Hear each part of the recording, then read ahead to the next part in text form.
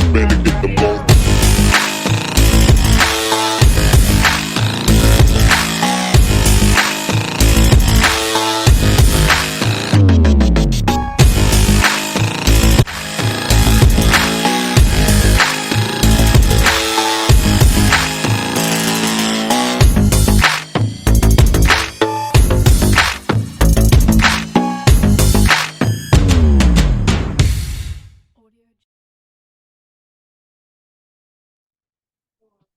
Derek, buddy, Yeah. looks like Valen's ready to come on already. I love that. I'm here Yeah. and we're here and that's what we do. We shoot podcasts. We're here and she's coming here. I love it. I love it. I love that actually. Yeah. So interested. Yeah. I'm ready. Bring her on. Let's do it. Okay. Let's admit her.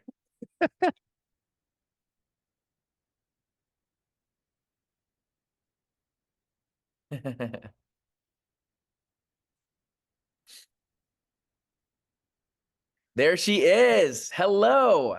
Yeah. Hi. Hi, Valen. How are you? Oh my gosh. Amazing. Nice to meet you, Valen. I'm Derek. I know you know Jimmy more than you know me. Nice to meet you, Derek. I don't know if I've met you in person. I've I don't think we seen have. you or listened to you, but Good. I'm glad that I resonate through the populace just so deeply. Yeah. No, Let's do hey, some Valen, introductions. we used to give out a bunch of, intros and everything, but we found that it's even more fun when people introduce themselves. So would you mind introducing yourself to everybody on the Unshakable Lifestyle podcast? yes. So I'm Valen Bishop. I'm born and raised from Alaska, native Alaskan. And one thing that I like to share about myself with these kind of things is I'm very passionate, one, about life, and two, living your best life, whatever that looks like for other people. And so that's what I do for my career is I teach personal growth and development, neuro linguistic programming, and better communication skills. And then I also coach along with that as well. And I love it. I love it. Wow. How long have you been doing coaching?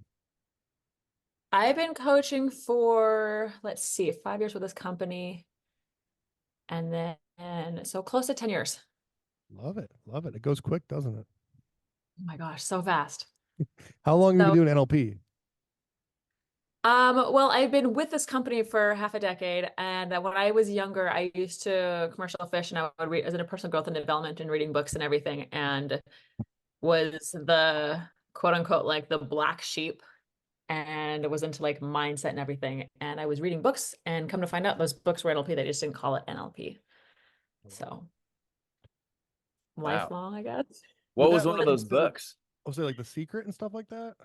The Secret, but then also like there's this one book that I have, and I don't remember the name of it. It's orange, and it's like the pursuit of. It's not the pursuit of happiness. I read that one. But there's another one about happiness where this woman went around and she like interviewed people all over the world and like how they're happy and what brings their happiness and everything, and then just their communication skills with other people, and it's all NLP, which NLP is communication. So yeah, let's go. Well, so do you guys meet when you were out in California, Jimmy?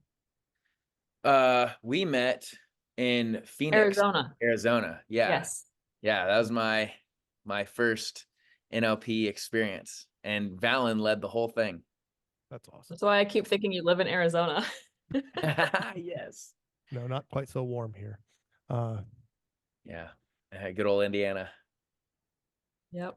Well, I love it. So I was literally just with one of Jimmy's NLP clients. Like I literally left a meeting with someone that Jimmy does NLP with to get here just in time, just barely. You almost beat me here.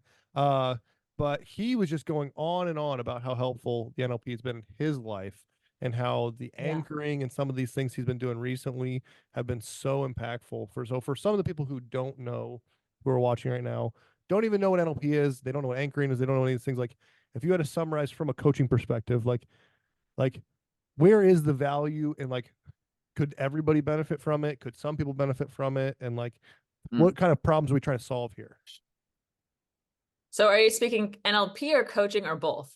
NLP, and then let's just throw coaching on the back end of it because you asked. Yeah. So NLP, everyone. I mean, everyone and their mother and their kids and their in-laws, everyone should be learning about NLP, because what it is essentially is it's better communication, one with yourself and then with other people. And when you're able to communicate effectively how you're feeling, or what even like you're navigating internally, and then being able to know who's in front of you and how do they communicate, how do you, as a more of a masterful communicator, communicate with them, and then being able to shift your communication with different people. So it adds a lot more ease and flow to communication, and being able to avoid those mishaps, those little things that happen in life that kind of blow up into like a big situation. So yeah, everyone definitely, I think, would benefit from NLP, from simple things to communication to being able to know what your purpose is and follow your path. Mm, Good answer. Good so well answer. said. And then Yeah. coaching wise, do you specifically work with business professionals? Is this NLP based coaching, fitness, health? What is the surrounding? So it's NLP based, and I was working with more people on career, and I switched to more of, because a lot of coaches have help other people make more money and bring more money into their life. And I've done that, and I think it's great. And I've also learned that sometimes that can be still sometimes surface level. And so one of my favorite aspects of what I specialize in coaching is helping people with their biggest mindset, with like their biggest issue with their mindset. What's between their ears here and their thought process, because I've worked with people who are already successful, already have the money, already have the relationship, have the car, have the things, and it's the mindset here of like, am I good enough, or how am I going to be able to do this? And they have a pattern, a strategy of going about their life, and it's so negative up here. And so one of my favorite things is helping my clients to be able to get rid of that garbage that's between their ears. And then when something comes up and it's a problem, instead of seeing it as like, oh my gosh, I failed, or oh my goodness, how am I going to handle this? And then it causes a lot of stress for them, and then they're going about their life unhappy. They see it as an opportunity to grow and evolve, where they say, okay, my mindset here, let me catch myself. I'm saying something negative to myself. How do I switch this? Because I wouldn't say this to somebody else. And love it when my clients are super happy of being able to navigate something and being like, I didn't beat myself up, or, you know, they're like, my wife says that I'm even happier. So I love that so much, Valen. And another thing too, so like those are really awesome reframes that I'm hearing. And then what I'd love to hear, if you could explain to the listeners and viewers here of what is a strategy for NLP. Strategy is about how you go about your day. A strategy is you have successful strategies, but unsuccessful strategies. And so like an unsuccessful strategy is like, I'll tell you a funny story. So something happened. I forgot what it was, just like a week ago or so. And I remember being like, beating myself up. I'm like, gosh darn it, Val. I'm like, why would you do this? Oh my goodness. Why would you respond that way? Why would you even think this way? And then I stopped in my head. I stopped. I'm like, Valen, knock it off. And then my voice inside was like, you don't bully me. Don't bully me. Like, you're not a nice person. And then I could feel like the energy kind of like sit down. And I was like, we don't talk to other people this way. We're not nice to me. Like, you're not gonna be mean to me. And it was funny because I'm having this internal dialogue. And then I start laughing because I realize what I'm doing. And then it goes from a negative strategy of how you behave, and it's more of like a unwanted mindset, and then switching it to a positive mindset. Because when you have a negative strategy of how you show, like if somebody's like, oh, I'm just hungry, I'm gonna go to McDonald's. It's quick and easy. It's simple. It's not necessarily the best strategy for your health. Instead of being like, I have an option right now, I have a choice to make. Do I go to McDonald's, or do I go home and make a shake, or do I go to a salad somewhere? And so the strategies is how you show up throughout your day, and it affects so much of your life. Yeah. I love it. It makes me think of Jimmy's the one that got me hooked on it. It's like one of my favorite books. It's called The Gap and the Gain. I don't know if you've ever read this before. It's incredible, but basically it's all about like I would call it like a reframe, as Jimmy kind of describes these things. Like so many people live in what they call the gap, which the gap is like worrying about not being where you need to be, and like where not having what you want to have, and like not being the person you want to be, and like basically living in a world where like your value is something you're chasing rather than something you're having. The things you want are things you're chasing rather than things you have, like not wanting what you have, like in those things that are out there being needs, not wants. Like I need this thing to succeed, I need more money, I need these things. And then the gain is the side of things where you pay attention to all the things that you've gained, all the, like if you're like most people in business, I'm sure you've been a business coach, like you gain 100 new customers, but like all you think about is how you should have got 300. And like the whole mindset shift is like being like, wow, we got 100 new customers rather than focusing on what you didn't get. So Mhm. a lot of what the NLP seems on the outside, because I haven't done NLP. I've done a little bit of it with Jimmy, and I've watched a lot. I've had a lot of people on here that talk about it, been around a lot of people. It seems so much as just like reframing things into the positive light. Like, Yeah. Go ahead. no, you're fine. You're fine. I was more interested in you in telling me how that wasn't perfectly correct. I'm sure it was. No, it definitely is. It's NLP is just communication, and NLP is Yes. about modeling what successful individuals do. If that's with communication, if that's in career, if that's in relationship, whatever it be, right? Yep. And so the idea behind my mindset with NLP is just the idea of like helping with my clients is, yes, you can get the money. And like I've had this experience with myself. Many of my clients have had this experience as well, is where they set the goal and then they get the goal. And then like, well, I don't feel like I deserve it. Or like, did I actually get that? And it's the mindset, it's the internal processing of how you show up. And so NLP is communication and reframing, yes. And it's also being able to recognize, okay, do I have baggage here? Or am I showing up in the best way? Or like fear's up. And if fear's up, am I going to lash out at this person? Let me actually realize I have a choice. Do I want to stop and kind of like recalibrate? And so it's a way of being, essentially. It's a way of being able to be your best version and recognizing that you have choice in how you show up in any moment. And yes, reframing, it could be reframing, it could be recognizing Love it. baggage, it could all aspects of it.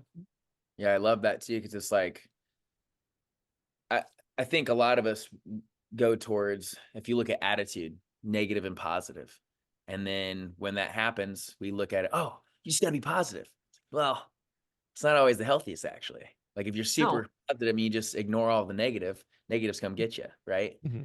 So it's like, how can we neutralize through gratitude and different ways to actually realize, like strategies wise, like sometimes anger, it's catabolic energy, but it's like, how can you utilize that in a good way to where people aren't walking all over you all the time?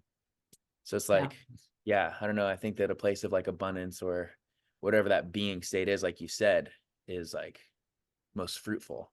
And there's no right or wrong. There's effective and more effective. Yeah. So I'll share a personal experience. I tell my clients like to feel the emotions, whatever they are, to feel like give yourself the time and the space to actually feel them, because if you shove them down, like that's not healthy for anyone, really. And life, people are like, my brother calls me the unicorn of the family. I'm always like, he calls me rainbows and butterflies. He's like, Valen, rainbows and butterflies, always happy, always go lucky. And even when things come up in negative and I'm unhappy with something, I allow myself the space to navigate it and to like let it come up, because one, it's an indicator of showing you where you're at, what's going on internally, and do I need to work on something? And life is ups and downs. You want to enjoy all of it. And so a couple days ago, I was navigating something with a family member from holidays, right? Mm-hmm. And I started to get frustrated, and I caught myself kind of getting like antsy and like fidgeting, like, let's go figure something out, and using that energy. And I stopped and I said, okay, Valen, like I'm needing to fulfill something right now. And I stopped and I sat there for a minute. I was like, what's actually going on? And I was like frustrated. I was bummed and I was sad.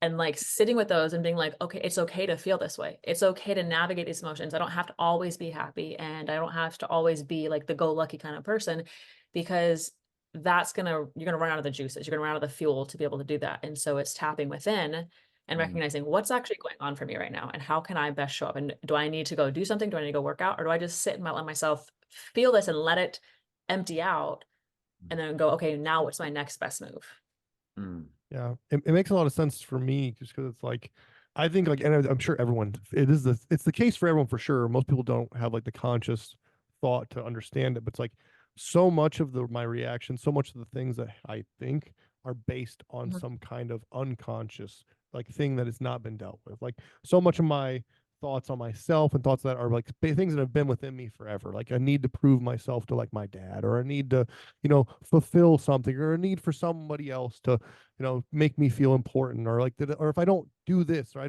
I won't have value. And it's like those are not things that are happening day to day. That's something that's like long term, that's sitting within me. And like, but you see the reaction from that popping up day to day and all these little things you do.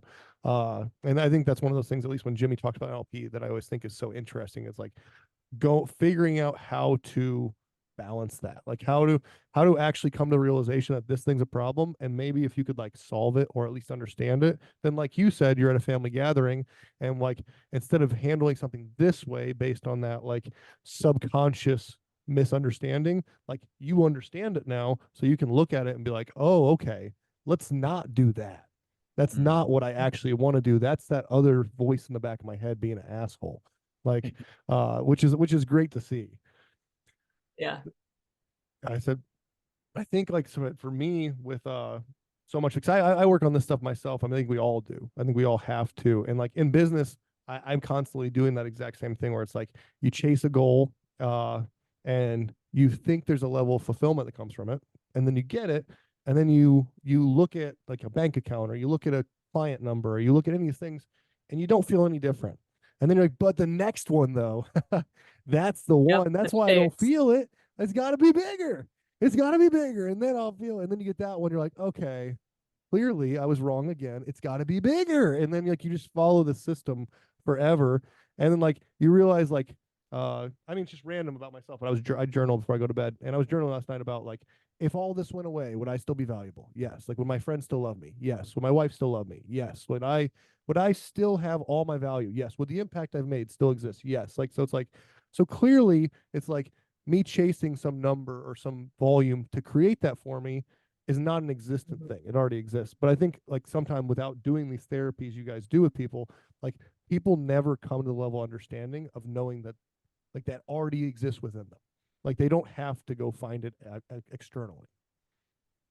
Yeah, it's definitely something that there's this article that I was reading, and I wish I would have saved it. I have it on my iPad somewhere, and it's talking about like the soul and like the being of who you are and your connection to source and to God, and you're loved unconditionally, and that we're here having this human experience and being able to go through life and evolve and to grow. And you're loved from unconditional, like an unconditional aspect. And then we're just going through this stuff. And it's a human experience and a cognizant aspect of putting on this label of like, I'm not good enough, or my parents didn't give me the love or the hugs, the many hugs as I wanted. And so it's like the programming goes in, and then it shows up in the adult level. And it's like, we have this story that we've created, and it's how we show up in life. And it's like, okay, if we can recognize that, we can actually shift that story. You can change the story. You can change the meaning behind things.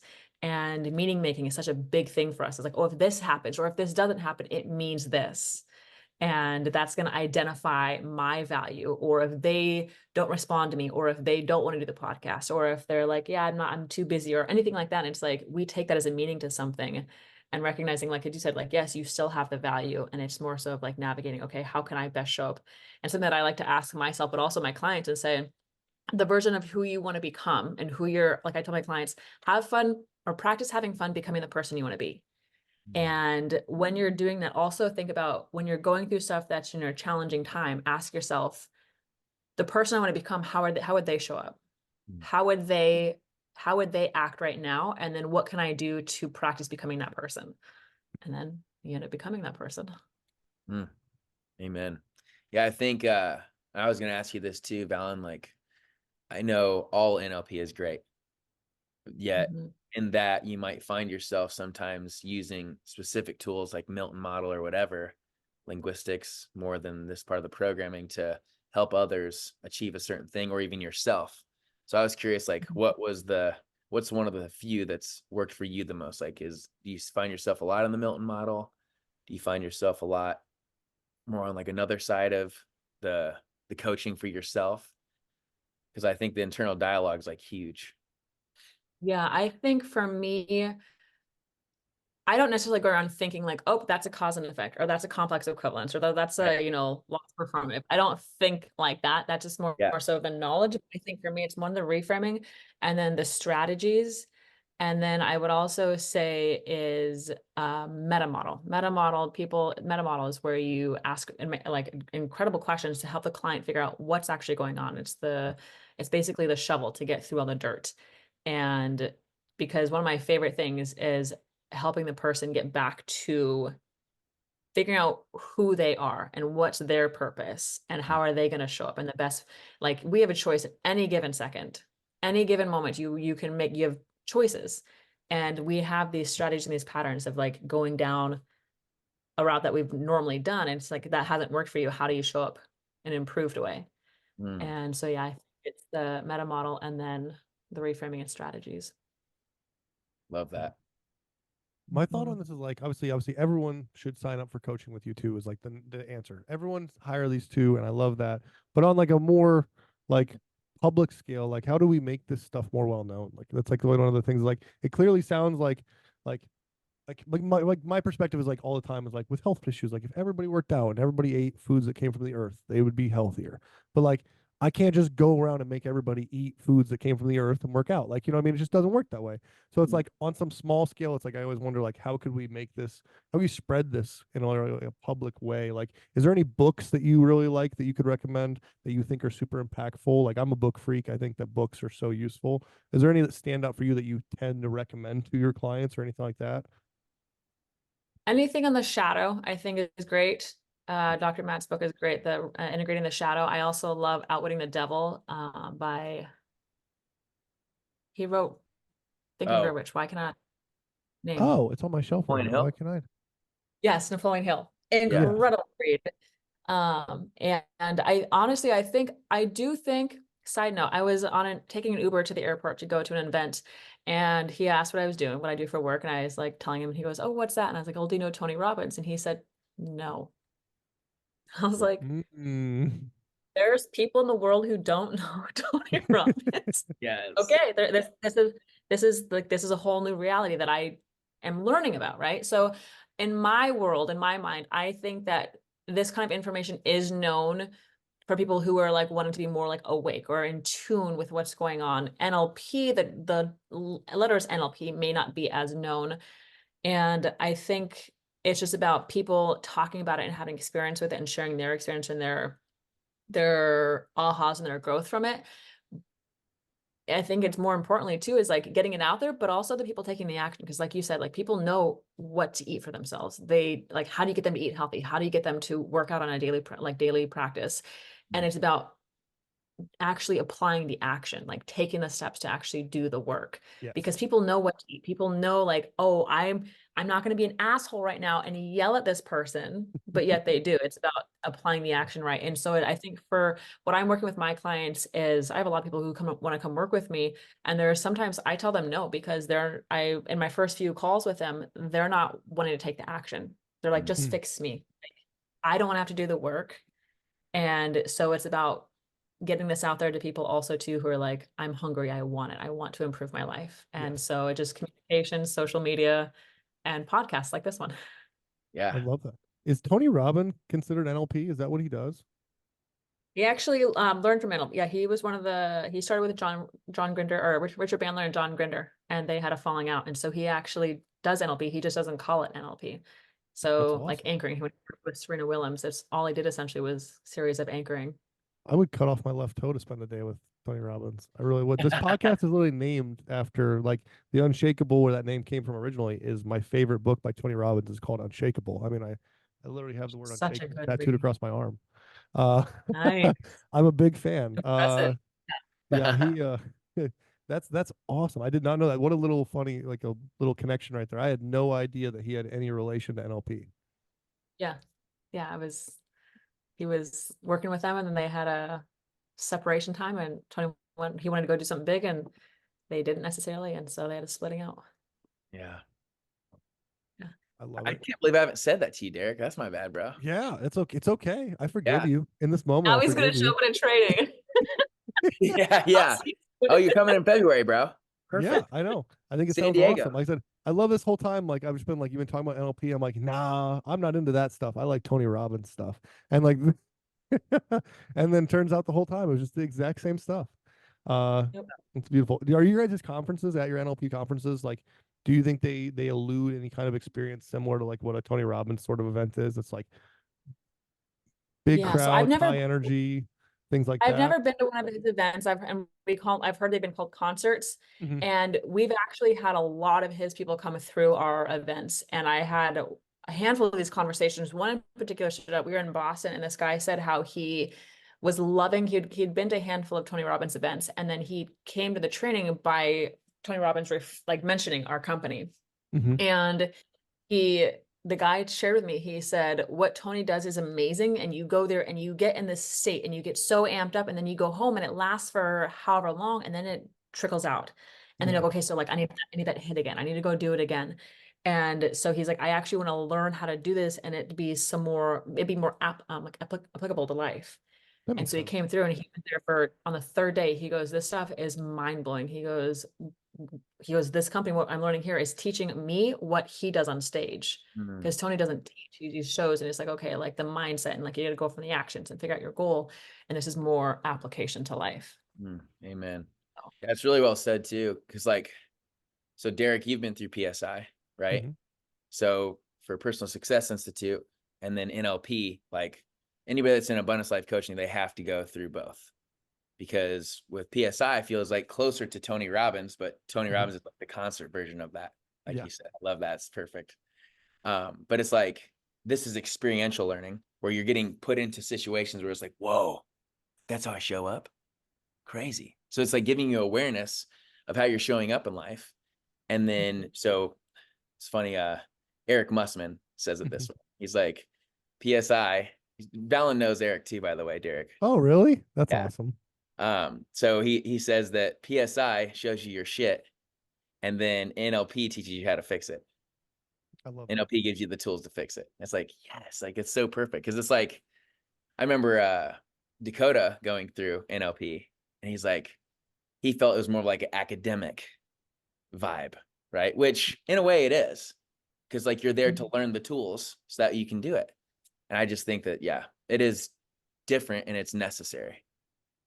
I love Yeah. it. yeah, so one of the things that I love about it too is because I've done many programs prior to what I'm doing now, and loved the mindset and loved the energy. And then I go home and I'm like telling my friends, like, let's do this, or let's get into doing this, or focus on our goals and make our life great and make the money and like live the life, right? And then it dwindles down. I'm like, come on, you guys. And I'm like, would wake up being like, okay, like I'm slow, but let's do it. And then with this, and one of my favorite things is witness to, not just with those students, but also with my clients, is yes, like today's day and age is like, give it to me now. I want it now, like instant gratification. And that doesn't last, it doesn't sustain. And so it's about actually learning it and then like practicing it. Like if just like a kid learning how to walk, a kid stands up, falls down, stands up, falls down. And it doesn't say like, oh, I'm never going to walk again. No, you actually have to keep going and keep practicing. And so this, with learning it, you actually learn to show up in the improved way that you want. And it's like the slow boil, right? Slow boil. And then all of a sudden, you're like, you might be in the time frame, you're like, why is this taking so long? Why is this taking so long? And then all of a sudden you wake up and you're like, oh, I'm not responding to this person this way, or I'm not getting upset. I'm actually talking to my clients the way that I want to. I'm bringing more money in. Oh, okay. Okay, here it goes. And then it starts to take off. And that's where the real change is. And so it's having the consistency and the determination and self-discipline to continue with what you're knowing and applying the knowledge that you have. So well said. Yeah. I mean, Derek, like this for you and all of your trainers, like regardless of that you're not with the mind as much, the mind is still there when you're lifting the muscles, you feel? So it's like the opportunity is huge there. Yeah, it makes me want to ask a question. I asked it for another one of our NLP practitioners we had on here.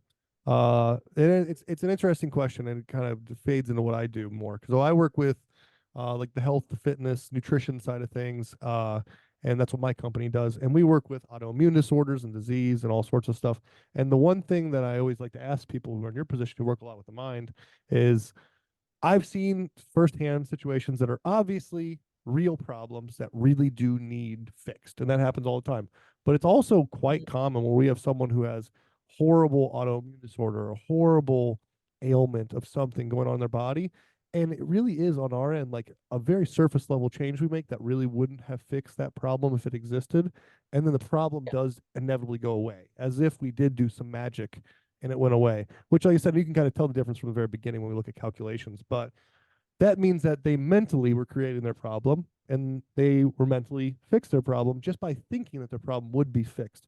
And my question that radiates from that is, how much power do you think the mind has into the physical reality? It's always something I'm so interested to ask. Get him, Valen. Love Joe Dispenza. I love the idea of meditation and like curing cancer through meditation and all these amazing things. And like, I know it's crazy stuff on the far end, but I'm very interested in it. But I'm such a I don't know it well enough to use it. What do you feel about it?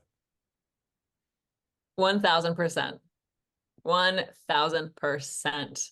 Mm-hmm. Your mind is a trickle down effect. So you have your spiritual, mental, emotional, physical. You have those bodies there, right? And so the physical, when we manifest something in the physical, it's the last place to manifest. Like, yes, if you have a broken bone, like that's different. But it would, Mm-hmm. so do you know, have you heard of Dr. John Sarno? I He wrote have. the book that, yeah. So in his book, he states the trickle down effect and how things are also psychosomatic. Psychosomatic meaning that it's real for the person, but the root of the problem's in the mind. And this is where I love when I work with my clients and coaching, and even like, you know, working along somebody else. I'm working with somebody who's working with their doctor, and I'm talking with the doctor as well and helping with the mindset, because the pain that people have and they manifest in the physical, it's the last place to resort when it's more when the root's in the mind, right? And so I had a client of one of my very first clients when I started working with this company. She had a pain in her behind her ankle, behind her heel. What is that called? Your Achilles tendon? Achilles. Yes, Achilles. I always want to call it Pegasus, the whatever, but Yeah. Achilles. And she was having pain with it, and she could, like, she used to go on hikes and walks, and I tell this story when I'm teaching and stuff. And she stopped hiking, she stopped walking, and she was seeing her physical therapist and like doing all these things for a few months. Nothing was working. So she's like, "Hey, Val, I'm getting results with you. Can you help me with this?" And I said, "Yeah, sure." And she goes, "Fix me." And I said, "First off, not going to fix you. Like, I'm not the one doing the work. The person is, because it's in the mind, right? Like, you're the one who's making the change." And did the work with her, found out what the baggage was, and then like when we hold on to negative emotions, it can start to harm the body. And this is what John Sarno says, is that if you hold on to your baggage and you don't get rid of it, and you create more of this like baggage in your mind, it starts to have a trickle effect in your body. And so got rid of that and did the release work with her, and come to find out it was something when her mom had passed away and her and her siblings had problems and never really resolved it. And so just continued to build and build, and it manifested in her physical body. Did the release work, and within 2.5 weeks she was walking around her block again, and then within a month she was hiking again. And so I 1000% believe, and there's studies, there's science to prove that trickle down effect. And so yeah, people do manifest things in the physical, and it's about the mindset. Like, for example, I had something that was going on, and nothing too extreme, but I was aware of it. And so I tuned within, and I'm very much aware that your body communicates with you.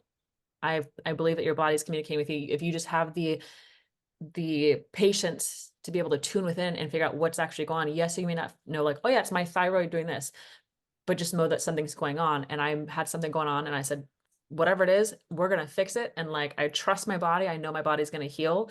And within a few days, I started to notice that things improved right away. Don't know what it was, but my symptoms were gone. Wow. So. Gosh. And then let's look at two, because I love it when Dr. Matt, gives the stories and gives the stats, and like, I think, what was it? Over 90% of all of the something in realm of disease is psychosomatic. John Sarno says, yeah, that over 90% of disease is psychosomatic. 1% is actually attributed to genetics. Right. Great. 99, and then you can, yeah, it's, and that's the thing, is you have to be like, I've learned too with my clients and even working with other people, because when people have these ailments and these things that they're actually physically feeling, and they have these signs and symptoms, it's real for them. And so when you tell them like, oh no, you can't be like, oh no, this isn't what's actually going on, it's this, that's like, they're like, no. So you want to step into their reality and be like, okay, like, what's actually going on? Do you want to release this? Because sometimes people don't want to release what's actually causing the problem. They want to get rid of the problem, but they don't want to release what the actual issue is. And so it's really being able to step into their model of the world and reframing and getting them to see like they're going to be able to be in an improved way and showing up in life, and then being able to release that. And so, yeah, 1% of it is genetics. I love that. Yeah, I want one of the things I'd love to be able to do someday, which is kind of just, it's not like anything anyone here can just do, but if I had enough money and I'd love to see, or even just worked with the right people, it'd be so interesting to see studies where you take like two people that rip their bicep, and just making some example, like find two people, hopefully in this case, very identical injury, and then like have them get surgery, whatever they need to, and then have one just don't tell them what to do. Just have them tell them physical therapy, all the things you normally would do, like all the regular stuff.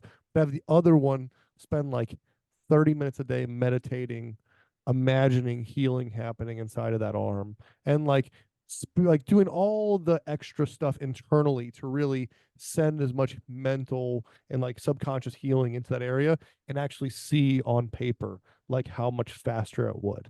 Like I'd be so interested to see that. I don't know if those even, I mean, they very well might exist on some scale already.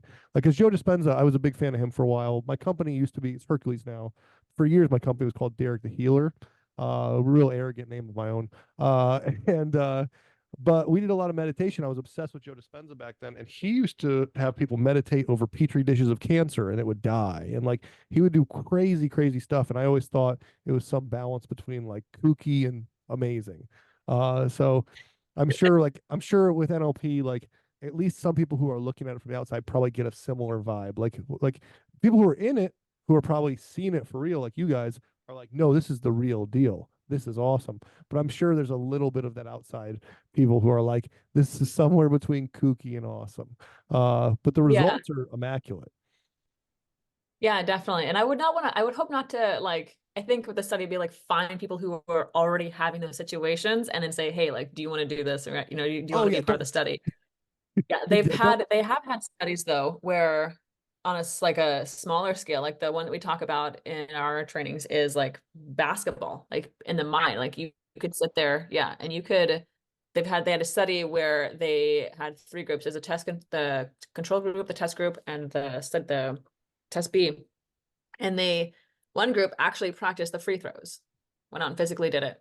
One group actually did nothing, and the other group just practiced in their mind. And the results were the people that actually did nothing. They got no results, right? They didn't improve by any means. They actually kind of declined a little bit. People that actually went out and did the free throws, they obviously improved to a certain degree. And then the people that meditated and visualized themselves practicing just in their mind, they got the same results as people who were actually practicing. That's awesome. And so there's a trickle down effect to the mind and the thought process, right? And so your body, your unconscious mind knows how to heal itself. Your body knows what to do. It's just about getting the garbage, the conscious mind, what's in between here, out of the way. It's about getting the negative emotions, the limiting beliefs, the I can't do it, who am I? Am I capable? I don't know what to do. Like getting that out of the way so that your body can actually show up the way that you want to. It can heal the way that you want it to. And there was a student who actually, he was in year week 2 of Master Prac. When he was a kid, something happened and lost a portion of his arm. And his doctor, he had a great story, and he had an incredible doctor who told him about his mindset. And he goes, you know, when this is happening, that means your body's healing, and it can also heal faster. And you're going to have like, you know, a bionic arm, and it's going to be super strong and super powerful. And so his doctor planting that seed of the mindset for him when things were happening, he's like, oh, this is me just getting stronger. My body's healing a lot quicker. And he actually healed in a quicker time than they anticipated. And his arm is like, he's like, there's things that he can do with it that his doctor's like, this is pretty impressive. So Yeah. Crazy. Yeah, I love it. Like I said, like I remember a study that came out similar where they had people work out and another group of people like imagine working out, but it was a very detailed imagination. It wasn't just like sit there and think about working out. It was like imagining every rep, 4 rep. Imagine your arm was doing it, and they didn't gain as much muscle as the people who did the actual workout, but they gained muscle in a way that they shouldn't have. And like I wonder, even in my own scale, I was like just sitting here thinking as I talk, is like in lifting a lot to gain the most muscle, we always talk about mind muscle connection, which is where you can actually put your mind into the muscle you're working to get that. And I almost wonder if there's a correlating factor there, which is like, is it that you think that you feel the muscle better because of mind muscle connection, or is that you're like connecting your subconscious and your physical to the idea of growth? It's an interesting thought there. I don't know. Random tangent that my brain went on. Well, real quick, I mean, that's PNF in therapy. So proprioceptive neuromuscular facilitation. So it's like there's diagonal patterns. There's all different types of things. So like when you're imagining something, you're increasing mind to muscle connection, or in the therapy realm, the neuromuscular connection. It's the same freaking thing. But I love that because that's like, it does enhance everything. Yeah. So like if you were doing, just for you, Jimmy, because you lift a lot like this stuff, like if you're doing chest day, we call it a mind muscle connection. If you could feel your chest really good while you're working out, we call it mind muscle connection. And I don't think any of us here have a direct answer to it, but it's an interesting thought based on this stuff is the mind muscle connection, because mind muscle connection will make you grow more for sure. Is the mind muscle connection making you grow more because you're getting a better workout in, because you're feeling it more and you're contracting it more and you're doing that? Or is there some layer there of the fact that you're both lifting on a subconscious and a physical scale because of the mind muscle connection that's causing growth to increase faster. Does that make sense what I'm saying? Yes. Okay. It's just an interesting thought. I don't know if What do you got, Valen? I thought he was asking you directly. So you're working out, yeah. Oh, yeah, for sure. So yes. So there's like I mean, you know, all the receptors and everything too. I So like, know all these different answers. My point being is I don't but there like is an that's a energy very to it. specific it's just a very specific question. I don't think that there is a deliberate answer to that exact Right. thing, which is like, Yeah. it's just it's combining that strategy with the lifting strategy and being like, would this be the most like, and like, or maybe that already is happening. We don't even know it. Cause like the best lifters I know that grow the most muscle are the people that are the most like hyper focused and believe that they're going to grow the most muscle. And like sometimes even the most arrogant, big, like egotistic guy in the gym grows the biggest because the fucker thinks he's going to. Yeah. There's a real deep subconscious belief there. But I know I took a side tangent into muscles. I can't help it. It's what I do. That was great. But I like it. I like it. Where do you live, Val? I pay rent in San Diego. Mm-hmm. I travel a lot. Hopefully that's going to calm down this next year or two. And I go back between, so like I was supposed to be in Alaska right now, but I leave tomorrow morning for Alaska. So I'm between here and Alaska, but I'm in San Diego. I pay rent here. And yeah, it's beautiful. Oh, I forgot. Oh, gosh, you were like, so I thought you were thinking traveling just for fun, but it's because you do NLP. So you travel to do the speaking events and things like that. How many events do you usually do a year? Whew. I haven't actually counted. But I would say 7, 8, 9, 10, 11, 12, 13, 14, 15, 17. That's Wow. freaking awesome. And these are 17. week-long events too, usually, right? Sometimes they're 2 weeks. Okay, so okay, now I see why you just have a rent in San Diego. You are gone a lot. Are these all over the place, or do you guys have like a set 4 or 5 locations, or are you guys really spanning out and All going over. everywhere? All over. Out of country yet? Yes. That's awesome. What kind of countries have you done it in? Oh, Canada and then Japan. Japan. Wow. That's awesome. I love that. I didn't know that about Japan. That's cool. Yeah. Does PSI go out of country? I don't know. Interesting question. Yeah. We're just greedy. We keep it all to ourselves. So how long have you been in San Diego? I have been here. I was actually talking to my friend about this. I was like, oh, I've been here for 2, 3 years. I've been here for 5 years. Wow. Time goes fast. That's Go awesome. fast. How long were you in Alaska till you left? Like, were you like 19 it was a few times. I mean, I grew up there and I was there. I mean, I've been out for 6 years. So I was there for quite some time, my whole life. That's awesome. Born and raised. Alaskans, we call lower 48. Yeah. Or going down to America. Going down to America. Going down to the States. Going down to lower 48. That's hilarious. Yeah, I said, so coming up into this next year, like I said, are you still gonna 2024 you said you might be lowering down the amount of events you do? You might be doing less. I'm not going to be as many events. My goal is not to be on the road as much. I want to be coaching a lot more. And Good. I like the coach, I like the teaching, and I also like the one-on-one as well. Also with being able to maybe collaborate with, native corporations or other, places and other people to being able to help with more of the mindset and do more, not one-on-one, but like one-on-one, but also maybe groups and being able to get more of that connection, because we do have a lot of people who come through and they get the foundation and they're like, yep, they're kind of like still in their story, or I'm not good enough, I don't want to do this, their excuses and reasons, and that's totally fine. And then we get to the advanced trainings, and then it's like when you get to that advanced level, that's when like you're required to actually be applying the stuff. And I like to be able to do that with my clients a little bit quicker and saying like, let's just get in the game and start playing. And so getting those results out. And so, yeah, coaching is something I'm wanting to delve more into for sure. I love it. I love it.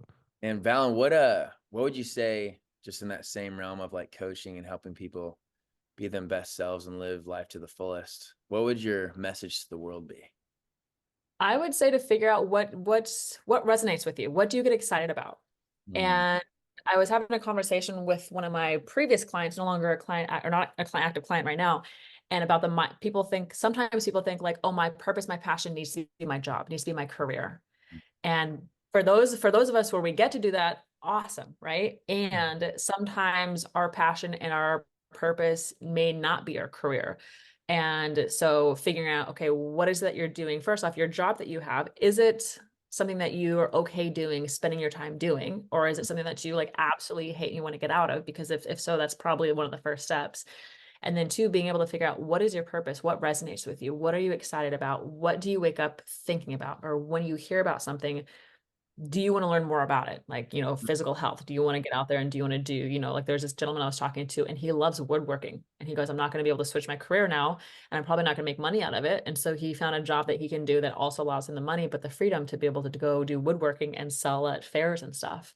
And That's he awesome. loves doing it. He's so happy. And so, yeah, just figuring out what excites you and actually being okay to tap into that. Because sometimes people are like, well, it's scary. Or if I can't do this, or what are people going to judge me? Again, mindset. It's Wow. so weird nowadays, like even thinking about that. Like obviously I love the way you said like you're passionate about your job. It's great. I feel like we live in a very like passion deprived generation of like I had a conversation with my wife about this the other day. I was like, I think most people like work to make money so they can afford their house and their TV Mm. and basically any amount of free time that exists in their life goes to sitting on their couch and watching TV. And if they get like extra weekend time off, it just means more TV. And like if they get extra if they make more money, like they might get a nicer house to go relax and TV. Like the generation of people like going out and doing like there's like such a lack of doing that exists nowadays. It's such an interesting thing. Like when you work with people, do you guys ever either one of you like that spark of passion for me personally like I never had to work for that like I've always just like been innately like my problem is it's not even passion. I just get so freaking bored. Like I have to be doing stuff all the time. It's probably not a good thing. I probably am too obsessive. But for the opposite of the spectrum, like getting people just to baby step. I mean, I see it in what I do on like a physical scale and on a even like a nutrition scale, like getting people to baby step into the realm of health is hard for you guys. Like we're talking about business people where like this guy is crushing it and he's making $1 million, but he's not happy, and we're trying to figure that out. But on the other end, do you guys ever work with clients where like they're not business people, they're not, inherently crushing it, they're just unhappy people? Have you had like many of those people you've had the opportunity to work with? Me or Jimmy or both? Either of you, you can go first. Yeah. Wonderful ladies. So I appreciate it. So I have worked with some people who my scale of working with people has been people who are like just starting off and like, I have no idea what I'm going to do with my life, to people who are already successful. They have the relationship, they have the career, they have the house and the car. And it's again, mindset. And more so it's just about people who are actually wanting and willing to take the action. Yeah. Because if I had a client who she wasn't like the sit at home and sit in front of the TV. She was going to do stuff, but she still had the mindset of like, you're going to fix me. You're going to fix me. And I was like, we're not. And I cut ties with her because if the person, if they're okay sitting on the couch and if they're okay, like living their life that way, then there's like, what's the point of having the conversation? Like, let's go work out. Let's go eat healthy. Let's, go to the gym or let's, work on your mindset, because they're not going to want to do it. So it's like, trying to push through a brick wall. And then, so it's more so of, I like, it's interesting because you're saying that kind of stuff. And I'm like, oh, there are people that do that, but I don't see that in my reality because I surround myself with people who are like, I travel abroad, right? All my friends and my communities are like that. Like we're out there, I have a friend who likes to go to lunch with me. She goes, I just want to pick your brain on this. I want to pick your brain on this. And it's the mindset of people doing stuff. Right. And so it's the people who are starting off and they don't know their purpose. People are starting off and they're maybe not successful and they don't have like the dream job or the money. Yes, working with them, and it's about, are they wanting to take that action? Are they willing to take that action? And if they just need a little bit of extra help, that's coaching. That's where that comes into play, and accountability, and are like you do, like having them come to the gym and tell them what to do. Because I'm sure you work with people who come to the gym, they're like, just tell me what to do. Like I don't want to do anything. Yes. And then there's people who are like, okay, give me more, right? And so yeah, just a different breed, I guess, of an individual. We live in the generation of instant gratification and like instant results is what they want. Like, where's the pill? Where's the supplement? Even right now, like semaglutides, which are like, Ozempic and Manjaro and these like weight loss drugs are the most prescribed drug that's ever existed. It's crazy. Like that's the generation we're in right now. And like, they're also horrible for you. We try to pull people off them all the time. But that's my point, is like, we live in this instant gratification, like lifestyle when it comes to TV, and like the human body innately, but without outside, that's just like our actual evolutionary state is like, we want to do the easiest, laziest thing with the most level of entertainment. In the same way with food, we want like the most calories, the most deliciousness, and also we don't want to cook it. We want the easiest thing. And I'm not saying me or like us, but I'm saying like the majority, when I deal with, because I deal with a lot of people who are like the farthest end of that spectrum. And it's like, it is wild, because once again, like you said, it almost, because it's hard for me to see it sometimes, because like I spend my time with Jimmy, I spend my time with these amazing people. Everyone around me owns businesses or is busy or works out or all these physical stuff. But like, understand that is like a very, very subset, not like even like a kind of subset, like a very, very subset of people, that most people, probably like 90% or more of the populace, is stuck in a revolving door of waking up and spending their entire day in a seated position, mentally unhappy, and like with like drained dopamine system in their brain that is just overregulated by everything all the time. And that's why I think, like, obviously someone on my end, like, we can help with the physical, but I love what you guys do, because I mean, I don't inherently do it. Like I said, it's like you guys really get to dive deep and basically be like a brain's personal trainer. It's kind of cool. That's well said. Yeah. Yeah. You know, for me, like I was going to say too, like what Valen was saying is two things. So the first, and it just came to my mind, but like, you can't lead a horse to water. You can lead a horse to water, but you can't make it drink. And I can still sing it a song.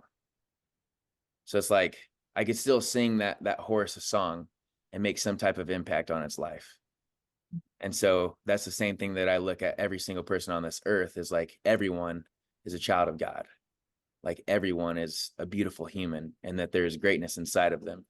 So what if just some type of act of love, maybe sown from me or somebody else, some other divine appointment, could actually create something in them, start a fire. And so that's like the first part. The second thing is like, everyone's doing the best they can with the resources they believe they have. And like, for me, I remember where I was. And so I get excited about that. It's like, you know, freaking ADHD Jimmy, like whatever you put the labels on him, like crazy, like all this kind of stuff. But I was excited, man. And like, I just need a little bit of direction. And so when somebody did believe in me, then I started to believe in myself. And then what did that journey look like for me? And I remember I was so hungry for everything. I was ready, like, tell me. I'm listening to learn. I'm learning to listen, right? And so it's like, I love working with people that are at that level as well. And yeah, so I've definitely worked with the ones that are not ready, not hungry, and they're a little bit more of a pull, but sometimes like the pull is just not necessary. And that's where we also get the opportunity too, to hold our posture and see what we will and will not tolerate. And so it's like, hey, you know, I think that this just isn't the right season for you. And maybe that right there is what sows the seed that lights the fire underneath their butt. And then they get after it the next year. Yeah. Yeah, it's way showers like you guys who are out there doing stuff and you know, inspiring people. Like, I watched your guys' some of your podcasts. In the beginning of them, like the intro, I was like, I want to go hang out with these guys. Like, they got stuff down, they're disciplined, like they're healthy, they look like they're having fun while they're being healthy. Like, it's people like you guys We try our doing best. stuff and inspiring other people. So yeah. I love it. It makes me want to like create some kind of free platform that we could give out, that like obviously not our full service, because our full service come to me, you get the full service, but like some nitty gritty small level, like just like version that we could give out to people. Like, and it's not just us here. I mean, just in general, it'd be great to see like more just stuff out there that's high quality on the market for those people who are that 90%, because and like just helping them all. But amen. I love it. Yeah. Many are called, few are chosen. What a good little question. Yeah. What, Valen, I'm curious, because I know facts tell, stories sell. And so I have loved your stories. Like, you're the one that trained me. Like I call it the NLP basic, because that's what we say for PSI. But the integrative experience, okay? Like, when I got to do that with you, like, your stories were just so beautiful. And I know that that's Dr. Matt's like gift, and like all of us have learned how to like craft those and formulate into. So I wanted to ask you, for our viewers and listeners, if you could share your favorite story, whether that's your story, whether that's a client's story, taking from scarcity to abundance. Like, what's your favorite spot? Put her on the spot. Yeah. First thing that comes to mind is my story on, I was a teenager And I was with this guy, my boyfriend at the time, and I'm sitting in the passenger seat. And do you guys know that, like, do you guys know that phase when you're sleeping or like you're in between and you're dreaming and you like almost fall and you like jolt out of bed or something? You Yeah. guys know that feeling? So I'm sitting awake. I'm in the passenger seat of the truck, and I get this download, this vision, this like, and I, as a kid, I was into energy. Like I would see things, hear things, like all this stuff, right? And trusting God, having faith, the universe and everything. And I got this download and I kind of, it jolted me. And he looks over at me and he goes, "Are you okay?" And I was like, "Yeah, that was weird." And he goes, "What happened?" And I said, "I just saw myself." And he goes, "What do you see yourself doing?" I was like, "I was on stage in front of a group of people." And he goes, "Like acting?" And I was like, "No, not like acting." And I had no idea what it was. No idea, just like just dismissed it.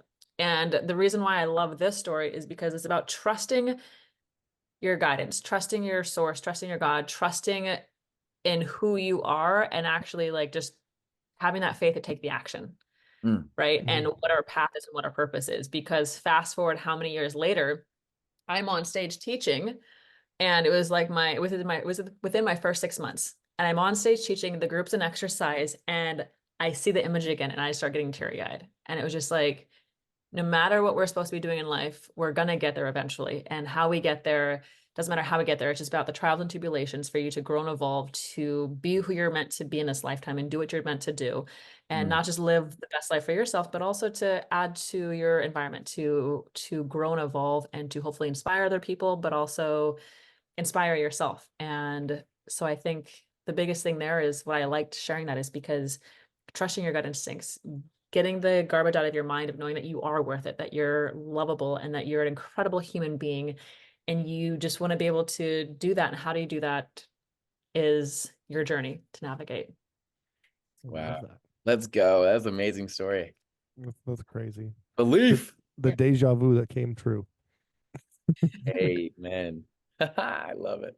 I've never even thought of it like that. Yeah. But yeah, it was, I think I would love for people just to be able to live their life in the most fulfilling way that they can, whatever that looks like for them, and to step into their light and know that they have the light, and it's just navigating it and getting through all the stories that we tell ourselves and the garbage and the negative emotions and limiting beliefs, and just like knowing you're worth it. And how do you get to that space of knowing that you're worth it? Yeah, I love that. I love it. I love the idea that, like I said, no matter what you do, you're kind of going to get to where you need to be eventually. Obviously, maybe not no matter what you do. If you do some crazy stuff, it might not work out.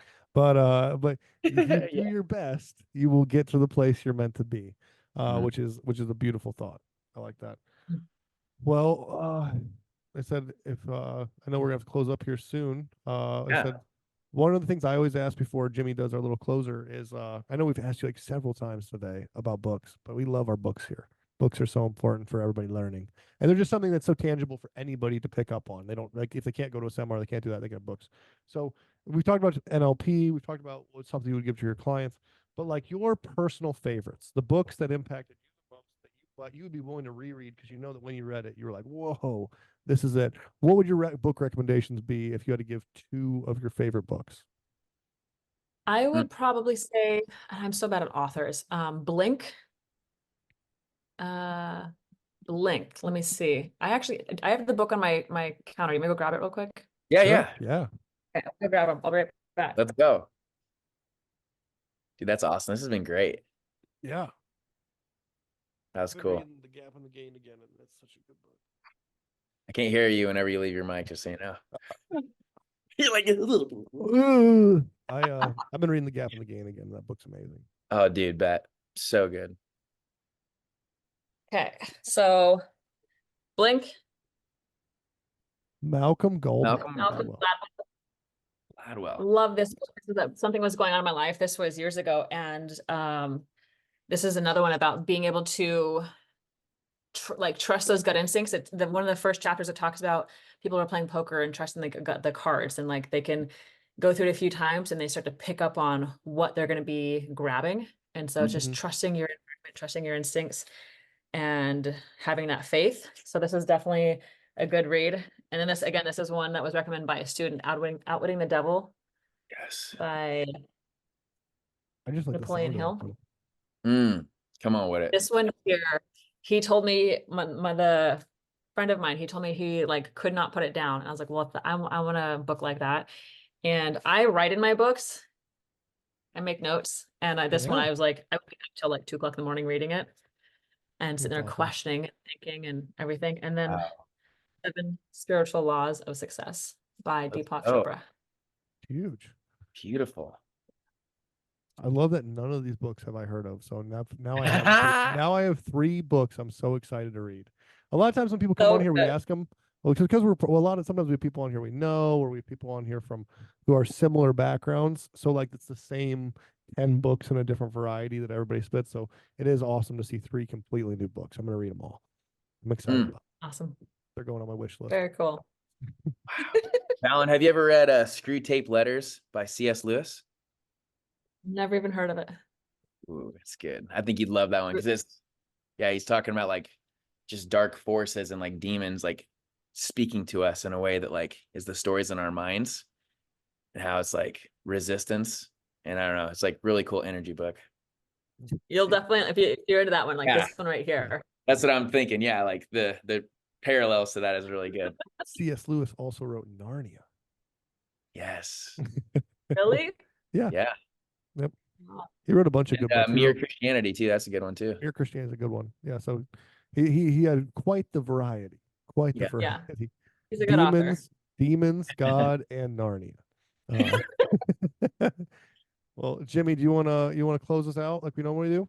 Yeah, for sure, fam. Yeah. And so for all of our viewers, listeners, you know, my dominant belief is Christianity, and this is not to impede our beliefs on anybody. Yet I think that the principles are very valuable and strong. And so that's what I'll be praying about. So just want to come to a moment of gratitude here with all of us. So I'm going to pray it out for us.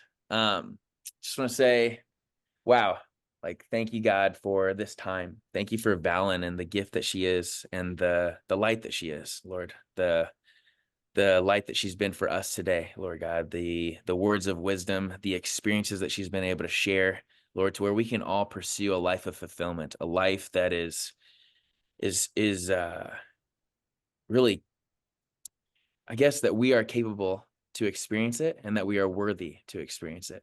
Because Lord God, I know that sometimes we get into our heads and we believe that we're not, and those are just lies. So I pray that we can find what's in us, Lord, that we can find the greatness within, Lord, that we can pursue a life worth living, Lord, and that, that we continue to just really embrace this life with you, Lord, that we know that, man, even when it's hard, it is worth it, Lord God, that we can really, I guess, just the serenity, Lord, to accept the things we can't change in the moment, the courage to change the things that we can, and the wisdom to know the difference, Lord, that we can live just one day at a time, enjoying one moment at a time, and accepting hardships, Lord, as sometimes the pathway to peace, Lord God, that we can take, just as your son did, the sinful world as it is and not as we would have it, and trust that you'll make all things right when we surrender to your will, Lord God, and that we could be reasonably happy in this life and supremely happy with you, Father, forever in the next. Lord, I pray lastly that Valen, Derek, and myself, Lord, that we can be the best that we can be, that we can pursue an unshakable lifestyle, and Lord, that we can shift into the one gear that you know, and that's forward, never reverse. In your precious name we pray. Amen. Amen. Whew. Beautiful. Man, I love it. thank you guys. You're freaking amazing. Jimmy likes to go on his Jimmy loves his poetic prayers. They're long and they're beautiful. I love them. They're so good. Yes, You he needs guys to get are a book. He needs to start writing these down. It Start really writing. does. Come on, we got them all recorded on here. We're good. You should just do a morning thing, like a doing that, and then people can just like sign up for your app and then just hear it every morning or something. Every morning. Hey, that's not a bad idea. That's a good idea. go. You should do that. Yeah. You wake up with Yeah. Jimmy Part of your every guys' day. program. You could just do a morning one or even a live one, and people just tune in and Yeah, listen to it and get the A day off long with that live energy. prayer. It's not a bad idea. Eh? People would dig Let's that. go, thought leaders. Come on now. You want to get our beautiful screenshot? Yes, Derek, you already know, bro. Come on. All right, so I'm gonna get a screenshot of us, Valen. We'd love to tag you, add you, tag you. So when we follow you, make sure you follow us back, okay? Okay. Everybody ready? 1, 2, 3. Oh my gosh, it made you. How did Yeah. you do that? Or no, I've learned it's this one too. Yeah, there we go. Oh, this one What's too? this one? Oh, whoa. I can't I'm do getting it. the That rock finger out. doesn't Where's work. yours, Valen? It's not coming up. My pinky doesn't work. I don't know. Wow. Oh, My Hello. computer's not wanting to play. My computer's not playing with me. well, this is amazing. yeah. Thank you for coming on, Valen. I appreciate you. Maybe Yeah. we'll have you on again sometime. There's so much to learn from you.